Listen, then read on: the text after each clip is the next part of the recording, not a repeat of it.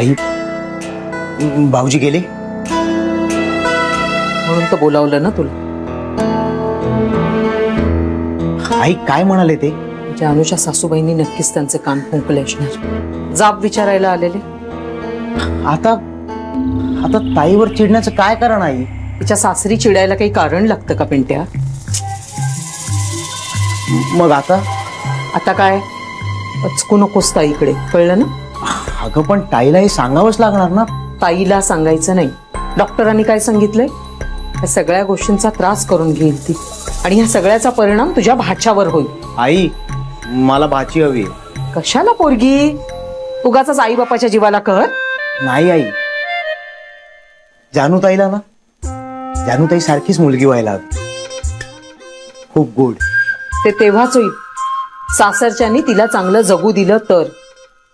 लक्षात ठेव, मी सगळं नीट करते. मला विचारल्याशिवाय ताईला काहीही सांगायचं नाही, कळलं ना? चल मी हॉस्पिटलला जाऊन येते. अगं मी जातो ना. नको नको, मी जाते. अरे मला बोलायचंय जानूशी. आणि हे बघ, घरी वाण सामानवाला येईल, त्याला सांग आई आल्यानंतर मग पैसे दे. बरं मी नंतर येऊ. अरे कशाला, बाबा आहेत ना तिथे आणि जास्त माणसांना तिकडे थांबायला देत नाही. मी आहे ना, मी बघेन सगळं नीट. हा चल.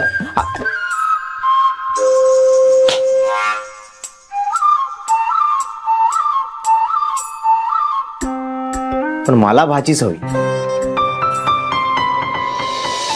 आणि ऐक ना जानू, पुलंनी खूप मस्त लिहिलंय पुढे.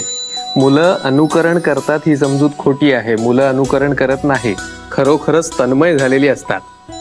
दिनेश मला जेव्हा रिकाम्या थाळीतून पाव खायला देतो त्यावेळी मला तो पाव दिसत नसतो, पण त्याला दिसत असतो. एकदा मी तो अदृश्य पाव पटकन खाऊन टाकल्यावर मला दम मिळाला होता. थोलं थोलं खा हवलत कुच्चा. तेव्हापासून ते रिकाम्या बशीतून मला हळूहळूच खावं लागतं. कपातला चहा फुंकून फुंकून उशील उशील प्यावा लागतो. हगलं नाही खायचं, मग वेली मुलं म्हणतात. इथे हगलं म्हणजे सगळं, बरं का?